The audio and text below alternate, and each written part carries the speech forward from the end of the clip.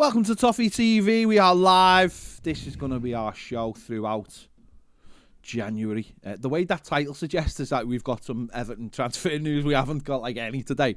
And normally we would have started at half 1. I've got some transfer news. Go on, what is Everton have been linked with the Akpo. Orsic, Oh, who Southampton he's thought... just knocked it on the head, hasn't he? Yeah, Okay. who Southampton thought they'd had. The deal's I'm off. not The happy. second offer was too low. Okay. Right now it looks like Everton are hijacking this deal. And we've And obviously Nottingham Forest are we've interested. been linked with Akpom as well, haven't we? This morning. That was yesterday. I'm That's just not throwing it real. in there. No, But no. normally we'd start at half 1, and we will be doing that for the whole of the month here on YouTube. But we're a bit late because we've just been on Sky, putting the world to rights. So let's just have a look at that. We've got October the 21. he can remember. We've got Bill Kenwright, who the man's 77 years of age. The man should be retired on a beach somewhere enjoying his life. He shouldn't be trying to run a club like Everton Football Club.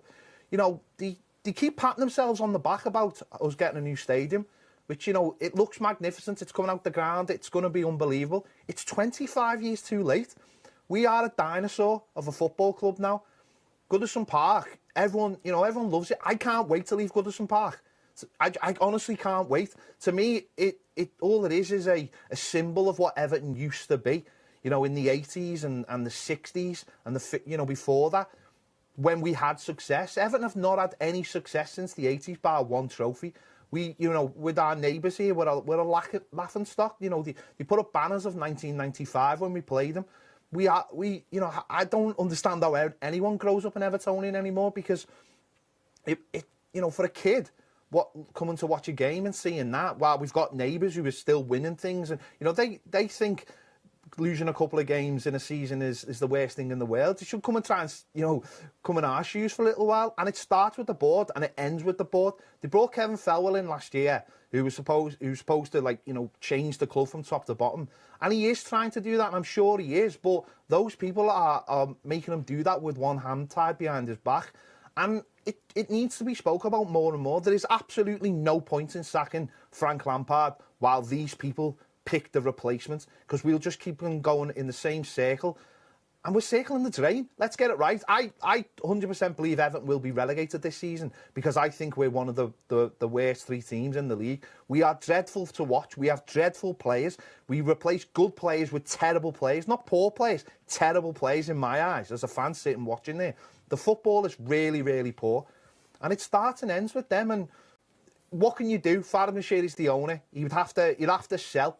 Well, he is going to have to sell, because this football club is going absolutely nowhere. And it makes me laugh when I hear about other clubs and, their trauma they go through. Chelsea having to sell, and Man United looking to sell, and Liverpool looking to sell. They've got nothing compared to what we have to go through day in, day out as fans. It's soul destroying, and we do it as a full-time job, and we have to come in every day and talk about it. And it's like banging your head against the wall. We've been talking about this for 10 years as Evertonians. We thought it was going to change under Farhad Moshiri, and it really hasn't. It's got worse. And what I sit there and think, the man who sold the football club gets to run it day in and day out. He must be living in dreamland. You could got all that money for a football club, and yet he still gets to run it, sorry. And it perplexes me. Nothing will change till Farhad Moshiri sells the club and lets a whole new board come in and run it. And watching Newcastle and what they've done in the last year, they got a new owner, and he didn't for 1 minute get sentimental, and they didn't get one do it for him. They just got rid of everyone and went, we're having a clean brush and bringing all new people in to run this club. And look at them now, they're absolutely flying. And that could have been Everton 5 or 6 years ago, but no, we clung on to, again, dinosaurs, because we are a dinosaur of a club, and unless they leave, nothing will change at this football club. Yeah, so there you go. That was us. That was a short clip. How long were we on for? Like 10 minutes? It felt like ages, didn't it? Felt like ages. We were on before. Yeah. But they were here for like 2 hours. Yeah, so there you go. I don't know if it'll be replayed. They did some other stuff with us as well. Probably for the website. Yeah, for like little interviews with us, which will probably be packaged together and put out. But after what we witnessed last night, obviously, emotions are high and we're still pretty raw, aren't we, after that performance? Yeah, it was absolutely rubbish, wasn't it? No, it was, wasn't it? It was just pathetic, really. The way we crumbled. You know, started the game really well, the opening 10 minutes, and should have just carried on doing that, and didn't, and allowed Brighton. And let's be honest, it was only really once they scored that they got a foothold in the game, but that's all you need, isn't it? I'd love to be under pressure. Brighton. They never panicked though, did they? Brighton No, at all. They never panicked. They they're a played team who's well coached. You know, when you're watching the goalie play the ball to the right back on a goal kick from like 2 yards away, and there's players, there's no panic, is there? Not like our players, like, I don't know what I'm doing. It's just it's doing what you're good at, and do or rather doing what you've been coached to do, isn't it? But my big thing was, I said it last night on the Mathew action thing, was the chalk and cheese nature of Everton always want to pass the ball back, and they always wanted to pass the ball forward. Yeah. And that was the difference. They got 3 passes, got them to the edge of our box. 3 passes with us were still in the D on the edge of our box. Yeah. So that was the difference. That's the fans' fault, though. And well, exactly, yeah. That's the difference. So at the end of the day, that's where we are. And last night was a very worrying, very, very worrying outcome, because we had Wolves and Brighton at home, and we had to get at least 4 points early from them to get some momentum, and we've got nothing. Yeah. And we've lost 4 home games on the run. We've won 1 in 11 games in all competitions. We've won 3 games all season in the Premier League. So, you know, winning 4 games in 20 in all competitions, you know, a game every 5 games, is a shocking way. If Everton carry on, they'll end up with 6-7 wins, which is 21 points. They might draw 9, which is 30 points. If this was to continue, I mean, if Everton continued this run of wins, 30 points, you're relegated. End of. So something's got to happen, and I think if Everton would have moved early with a player, and even if he couldn't have played yesterday, but they had him and unveiled him, I think that gives a good message to fans. Things are happening, but we just see silence from everyone but the manager, and the manager's not really going to say anything other than, I've said before, we want to do something in January. I think Ellis Sims coming back was worrying for a lot of people, a lot of red flags for people, even though that, you know, there's nothing wrong with having a look at what you've got. But it's all a bit of a mess. Yeah. Ultimately, I mean, you look at Brighton, they're such a well-run football club, you know, and that's the difference, isn't it? They're a well-run football club that have lost their director of football this year. They've lost their manager. Last year. But within the season, they've lost their manager. And they've just gone on with the business. They lost their star right wing back or right back, whatever, to Chelsea, and they've just replaced them. They've got players that, you know, they were without their best 3 players last night, arguably, or certainly 2 of their best players. Yeah. And they decided to make it 4 and stop it 4. Could have gone on and on and on if they really wanted to, and that shows you the difference. Where, well, you know, there's none of this.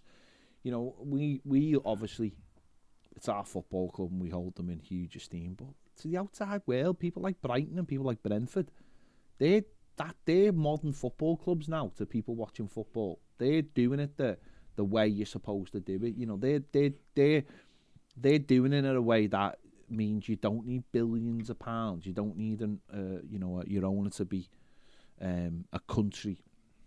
You know, disrupt the brands or whatever they're called.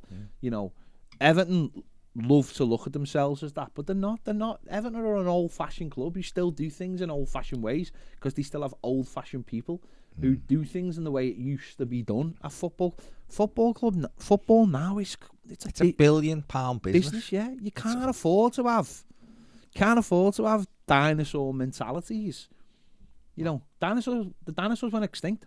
You know, it's as simple as that. And this football club is in the process of doing it to themselves. You know, it's great saying you're going to have root and branch, you know, assessments and reviews of the football club, but if you're not reviewing yourself, if you're not looking at yourself, if you're not prepared to say, maybe I'm the problem and I'm going to step aside, then it's never going to change. And I don't know whether it'll change this time. A lot of anger today, a lot of anger at the game last night, but there was a lot of anger last season, and then the anger just went away. And without, but I'm not having a go at anyone in particular. I think we were all exhausted by the end of last season, and we were all happy that the season finished. I don't think there was a massive appetite for once the season finished to sort of create the drama or create the noise. We'd done our part, and I think a lot of us just wanted to switch off from football. So there wasn't that appetite the day after Arsenal or during the Arsenal game to start upsetting the apple cart or whatever. But really, we should have as a fan base said, enough's enough. One season of this is enough for us. We can't take this anymore. But we didn't, and we started the season again. Not a great start, and then we bought a few players, and optimism went up, and we went on a little unbeaten run. But we're a lot worse off this season than we were last season. A lot worse off. And if fans don't make themselves heard this season, and don't keep pushing it, because we do as a fan base. We are a fan base that when things are going bad, we make loads of noise, but once it settles down, we sort of go, oh, no, it's all right. I don't think we're a difficult fan base, though. No, on the flip side, we're not a overall, difficult... we get this reputation. I meant to say this before on Sky, and I should have done, and it slipped my mind just because you're getting asked other questions, but we get a rap from other people that we're this tough fan base, that we're hard to please, that we're demanding and all that. We haven't won a trophy for... This is the 28th year since we won the FA Cup that we haven't won a trophy for. It's. I remember being at Wembley that day and think when the whistle went and having tears in my eyes and thinking 8 years is too long since we won something. And now there's another 20 on top of that 8. And we're not going to win anything. People know that I'm normally like glass half full. Everton, for me, will get bounced on Friday by United at Old Trafford. And then that'll be the FA Cup gone. And we'll again another year without a trophy. And if you're involved in that, at some stage, just for integrity to yourself, you have to have a look and go, maybe I'm not actually the best person to do this now. There's a few of them there. Me and John have done it on, if you're a Premier member, we do the business sections weekly. And John said lots of times without saying A, B and C should go, why aren't they strengthening the board at least then? At least if you're going to cling on to a train set, you're going to cling on to your job because you like... I'm not just talking about it. I'm talking about other people there. Then, and you're in a position to make those decisions, why aren't you making that board stronger then? Yeah. Why aren't you demonstrating to people on the out? Because don't forget, we only know. Does that not dilute? Is that one of the issues? Does that not dilute their effectiveness, their control? No, because if you're bringing someone in, you're still relatively in control, aren't you? What I'm saying is, if you're the only evidence we can take as fans, right, is what is presented before us. We don't know. The whole iceberg thing, isn't it? Yeah. We don't know what goes on below the surface, do we really? We can surmise and we can look at, but all we can do is take evidence and base our opinion around that evidence. And our opinion, my opinion, I'll speak for myself around that evidence is, A, the football on the pitch is dire. The players, we've got players in our squad that I don't believe are fit for purpose for what Everton Football Club need, right? I also think we've got some good players in our squad, I do. And I think if you put them in the right framework, we'll be fine. Right? So that's one thing. So if you're building all areas of the club, so to speak, or you're telling people that a root and branch review and a strategic review is helping this, and this, that's fine. But some of that evidence we're not going to see for a couple of years. So what you have to do to let that project build is keep this big thing, that's the main thing really in a football club, stable and calm, so that everything else can rise out the ground, so to speak, a bit like the stadium. But what we're doing is the thing we can all witness, the thing John Blaine travels up and down the bleeding country and across the country for, he's witnessing every week, is an absolute mess, is shambles, there's nothing stable about it. It's an erosion of standards. But that's the evidence for us, isn't it? And the other little bit of evidence is that £100 million. Exactly. John said this on many occasions. Is we keep losing £100 million every year. So we're not clearly doing the job well, are we? Just give you the look then, isn't to say we're not losing £100 million. Are we losing more or less, or what? It's a nice round number. Yeah. So it could Is it a right number though? Is it more or less, John? It's been more in the past. Yeah, exactly. John's saying it's been even more than that. Now, if John, who was a businessman who was in charge of big companies at times, I'm sure John would have made some changes if he had a section of his John was team. the first pioneer of the Sinclair C5, I believe. There you go. No, but was he in it? It was Dell, wasn't it? Yeah, in what? The Abacus. Yeah, that's a good investment. Rishi Sunak wants them back in skills, apparently. But that's all it is. Greg, who's a Newcastle fan, says, as a football fan, I like watching other teams' fan channels as it gives an accurate reflection on what's going on, rather than listening to so-called experts talk about them. Well, to be fair, He says, hang on, let me finish Greg's point. Sorry. Greg says, however, as a Newcastle fan, listening to you guys is exactly what we've experienced. No money to spend, piss poor recruitment, no discernible style of play. Yeah, go on. It's literally how I felt for most part of Mike Ashley's ownership. You all have my sympathy. There's nothing worse than watching a load of chances ruin your club. There's a difference, though. Mike Ashley kept Newcastle relatively debt-free, though, as well. He kept them relatively debt-free. Bill Kenwright kept No, I know, relatively but debt-free. we're not talking about what happened then, we're talking about what happens now. He kept them relatively debt-free, so therefore they're a more attractive proposition to buy. Of course they had the, you know, and he just didn't want to spend money. That's the top and bottom of it, and he took money out the club. We are losing money, £100 million. So that's what that says here is these people don't know how to run a business. Mike Ashley knows how to run businesses. He just couldn't be arsed with Newcastle because he realised how much money it would take to challenge. So what he did is just kept them above the waterline every year. And as a fan, you never ever want that. We don't even have a club who understands that. We don't have a club. We may have tried it by getting Rafa Benitez in for 3 years before going into a new stadium, but we simply are an ineffective business, and that leads to spending less money on players, less money on wages, literally diluting the content, and you end up with very, very poor football team.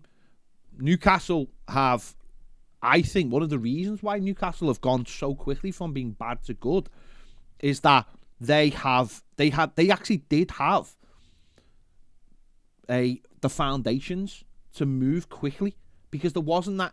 It was just a case of getting rid of the old, bringing in the new, spending money, spending it in the right areas, because they brought the manager in, and probably in the background the fella who was on garden leave from Brighton was probably saying in the background, buy him. Of course he was. And because of course that's his job. They were paying him. He was just on garden leave from Brighton.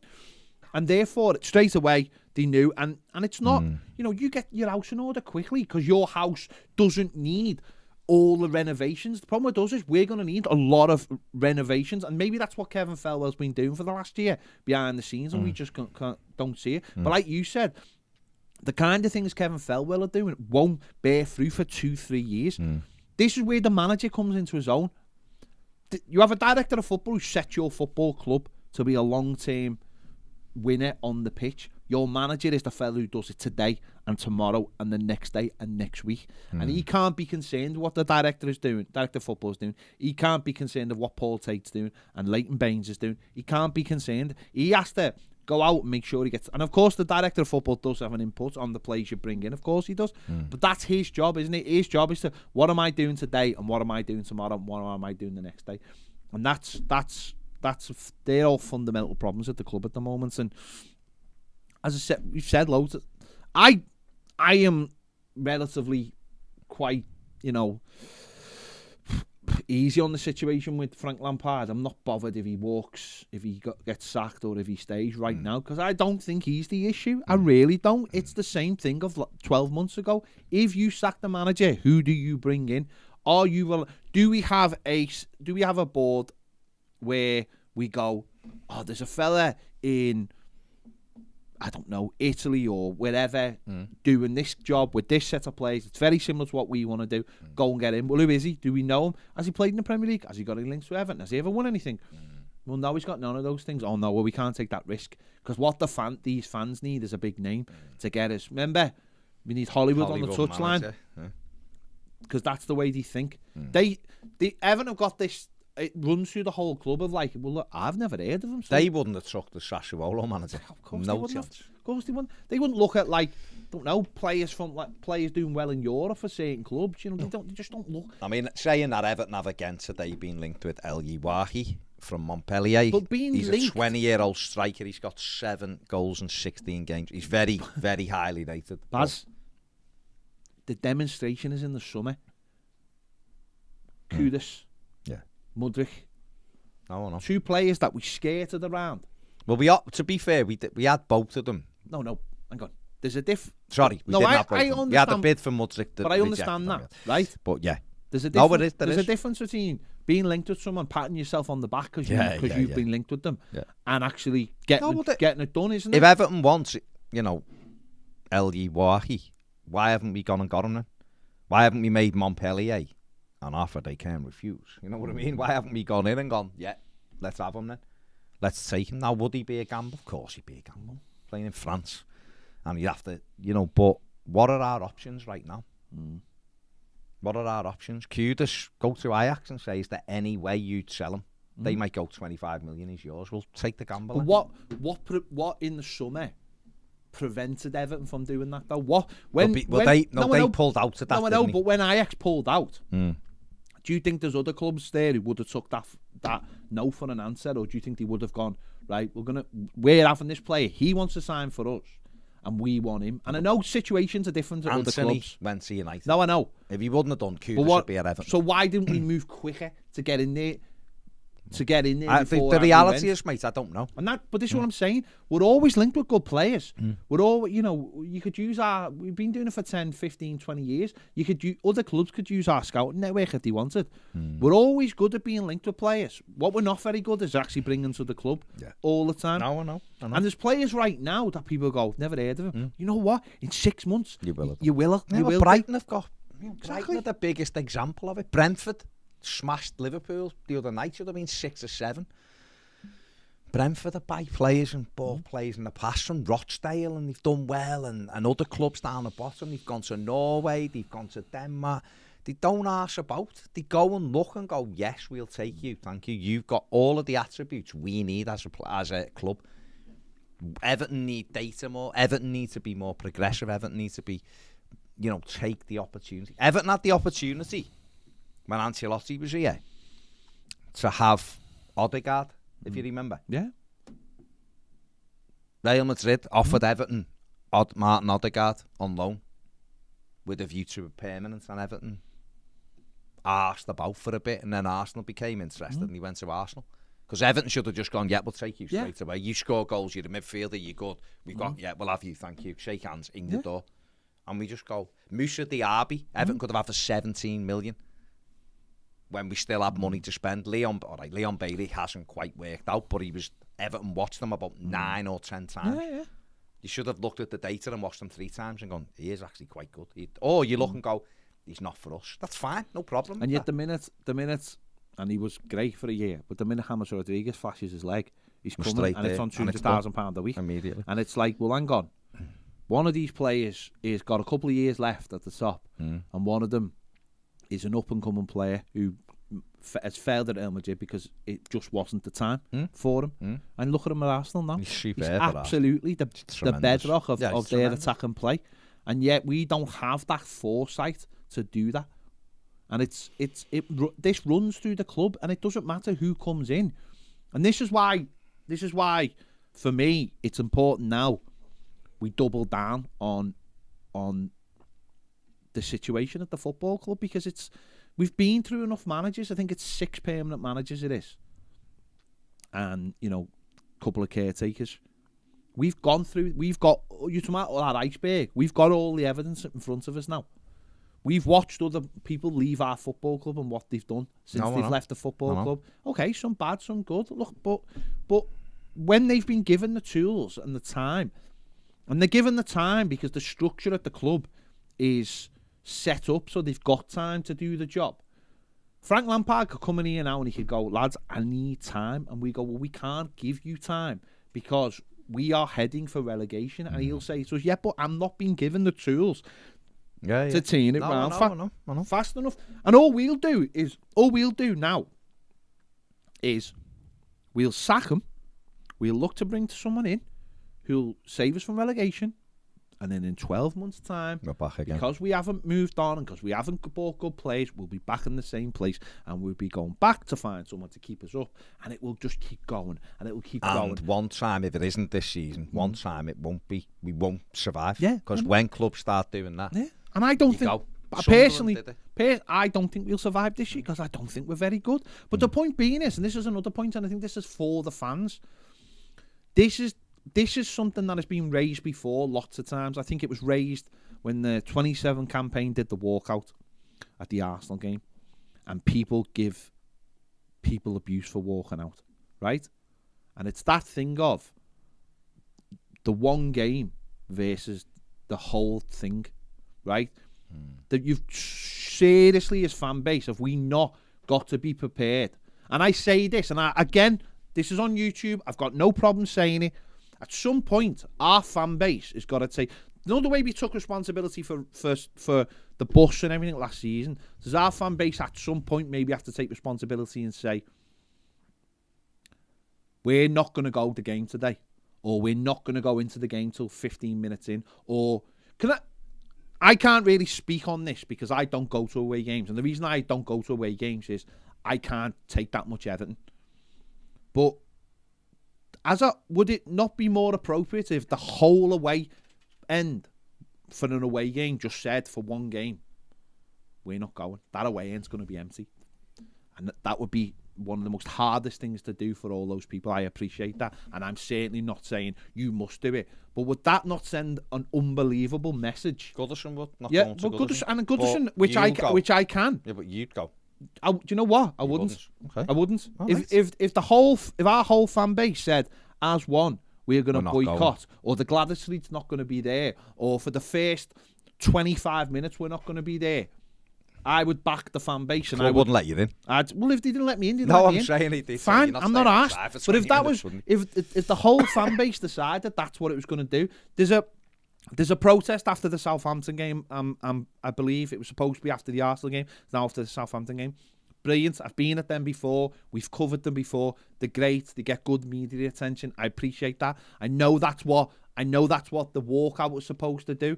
The problem is if everyone doesn't do it, or you haven't got everyone. The problem with this is the problem I've got with sit-ins. And again, I'm not saying no one should do it, but if only 200, 300 people go and do it like they did when we walked out, because we walked out, is that the media go, no one's here, without thinking, well, no, after the game, people might have to go to work.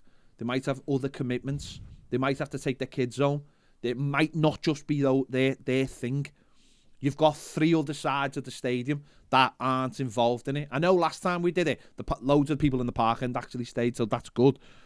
But we have to come up with, if people are coming up with ideas to demonstrate, that it has to be something that can be universal. It has to be something that gets everybody involved. If that's how everybody feels, that's up to the people who are organising. I don't discourage any kind of protest or anything, because I've been involved in them. I've covered them. I've been involved in them.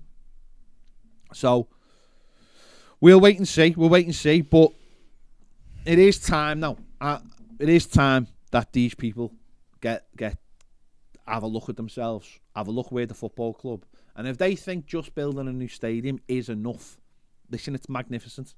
It is going to be magnificent. Yes, tremendous. It's going to be amazing. It is going to be a springboard, but it's no good being a springboard if it's within the Championship, because then you just become Coventry. No, you do. Sunderland. Owen on the super chat, thanks Owen, says, afternoon lads, sadly relegation feels inevitable. Well, listen, there's still 22 games left. The problem is Everton are getting in a situation where they've got to win at least 1 every 3. And soon, the games just keep getting chalked off, don't they? You know, I'd looked at... We had 3 home games in 4. And we had Wolves, who were bottom of the league. We had Brighton, who had lost 2 games less than Everton. They are a good side, Brighton. I'm not disputing that at all.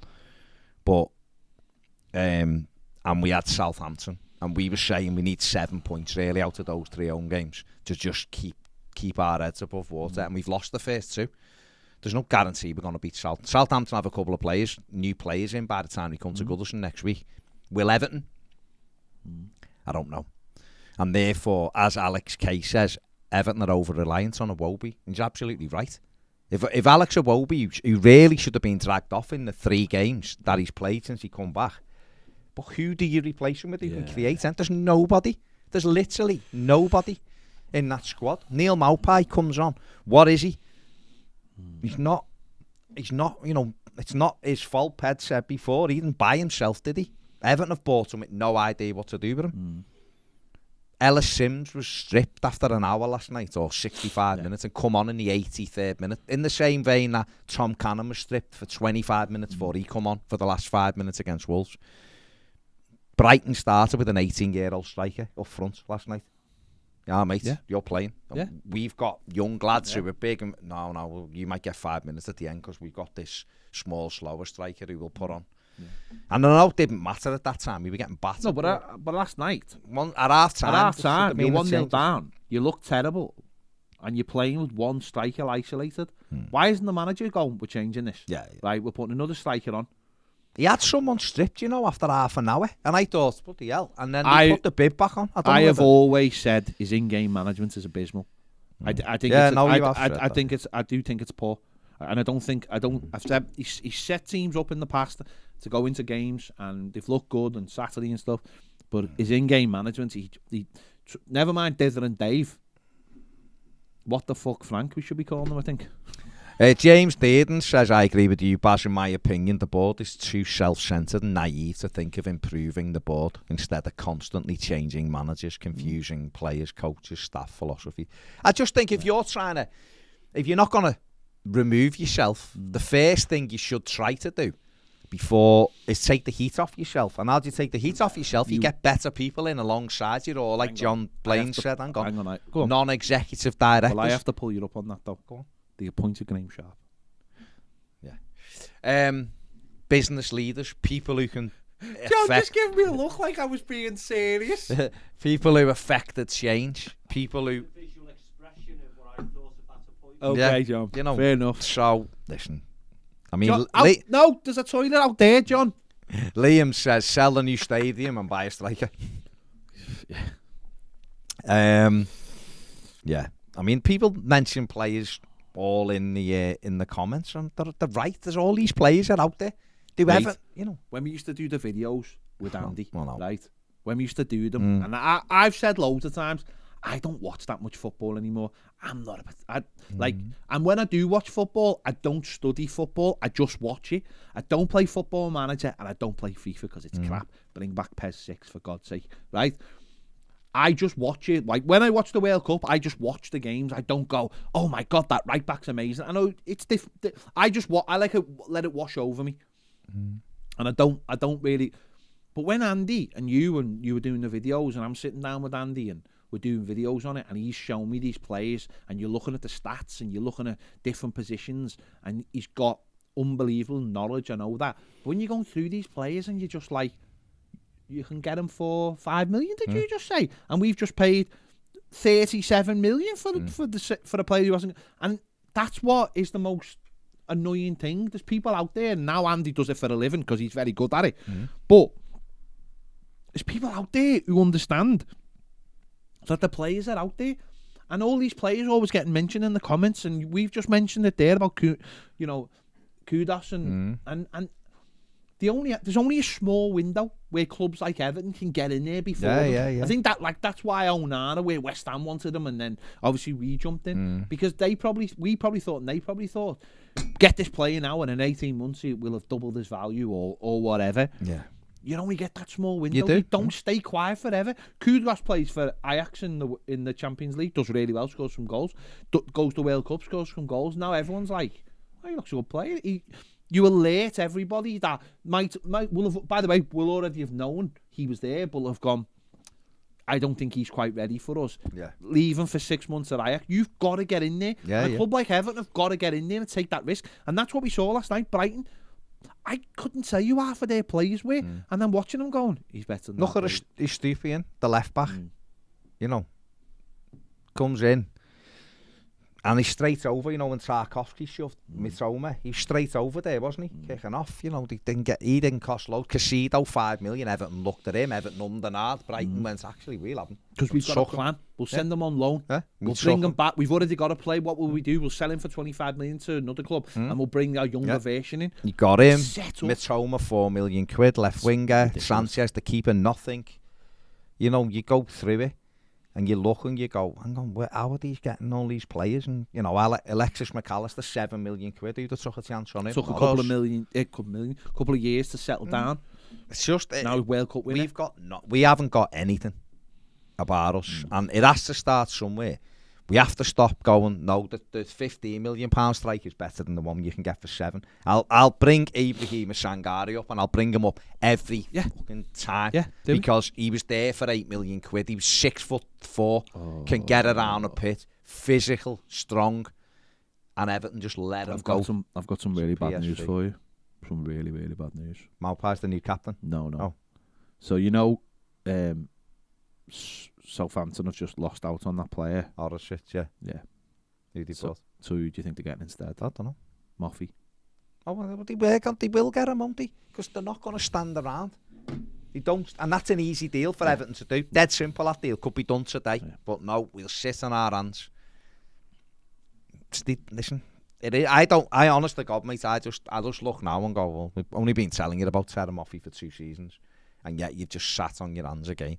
Just we are what we are, and we'll get what we deserve. Yeah, we will. Well, that's it. We will get what we deserve. It doesn't matter who we are. It doesn't matter what we've won. It doesn't matter what our fan base is like. It doesn't matter about it. We will get what we deserve. Bad clubs. It's already happened to. It happened to Leeds.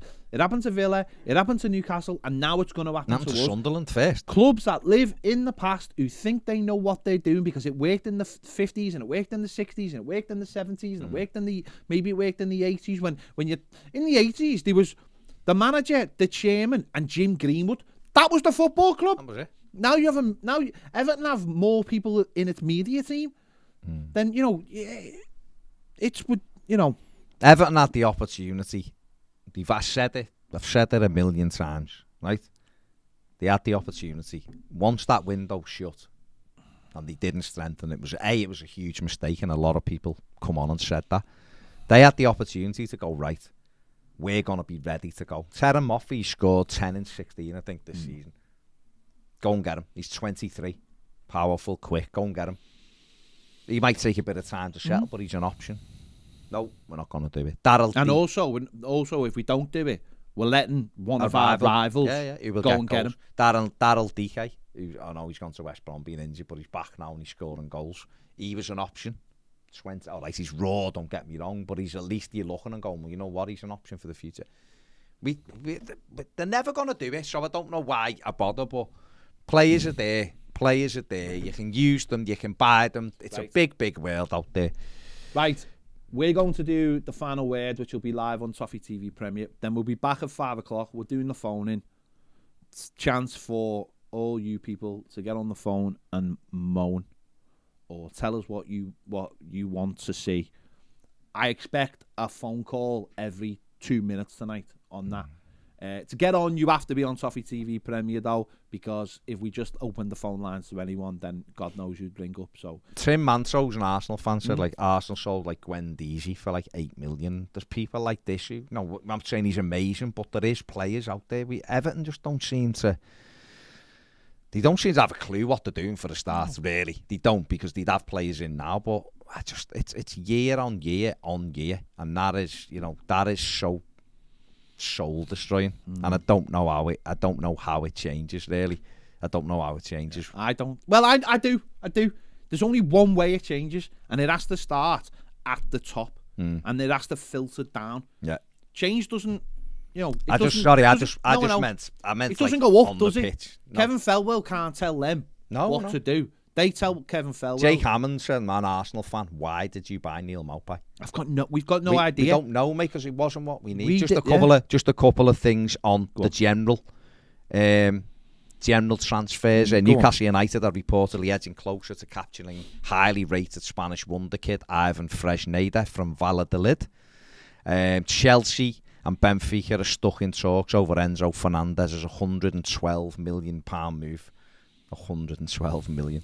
The lad who won the World Cup with Argentina just a couple of weeks ago. David De Gea is very close to signing a new deal with Manchester United. Fair play. Just think he was a fax machine away from leaving, wasn't Chelsea have told Shakhtar Donetsk that they will pay more than Arsenal. He wants to go to them, apparently. And he wants to go to Chelsea. 62 million. Who've they got that we can get for like a loan? Pulisic. Doesn't get goals though, but I'd have him. Bayern Munich have cooled their interest in Harry Kane. Liverpool have revealed they're interested in signing Jude Bellingham. It'd be stupid not to consider him, said Klopp. And there was just one more I'd seen which was interesting. Mudryk to Chelsea. Arsenal have apparently had the bid turned down anyway. And Manchester United are back in talks with Atletico Madrid player João Felix to take him on the Beek loan. played for them last night. For United? Yeah, he started, still yeah. Fair play to him. Fair play Once to him. Everton's touch you, it doesn't always have to be the end of the Memphis Depay is tempted to return back to Manchester United. So there you go. They're all the stories just right now. In the Premier League. So we're off to do the final word. If you're not on Toffee TV Premier, the question is why aren't you on Toffee TV Premier? It has major exclusives all the time. Interviews first, like the Wayne Rooney interview. So if you want to join that, the link is in the description. The QR code will be on the screen in a moment. So hit the like button and subscribe if you as well. If you want to get involved in the phone-in at 5 o'clock, the only way to do it is be a Toffee TV Premier member. Thanks for watching. See you later.